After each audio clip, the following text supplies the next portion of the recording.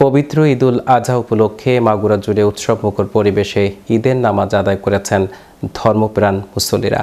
সকালে নোমানী ময়দানে ঈদুল আজহার প্রধান ঈদের নামাজ জামাত অনুষ্ঠিত হয়েছে। এছাড়া জেলায় অন্য 4 উপজেলা সহ মোট 450টি ঈদগাহ ময়দানেই ঈদের নামাজ অনুষ্ঠিত হয়েছে।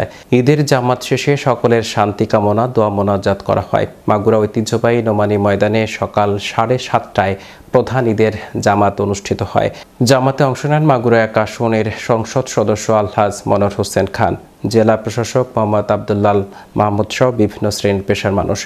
নামাজে ইমামতি করেন মাগুরা কেন্দ্রীয় জামে মসজিদের খতিব মাওলানা মুফতি হাবিবুর রহমান।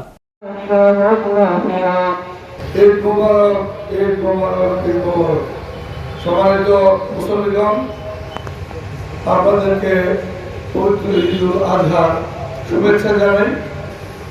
আমরা যেন কোরবানির পশু যে চামড়া আসবে সেটি আমাদের এই গার্মেন্টস শিল্পের পর আমাদের দ্বিতীয় বৃহত্তম রপ্তানি কাজ। আমি আপনাদের কাছে অনুরোধ জানাচ্ছি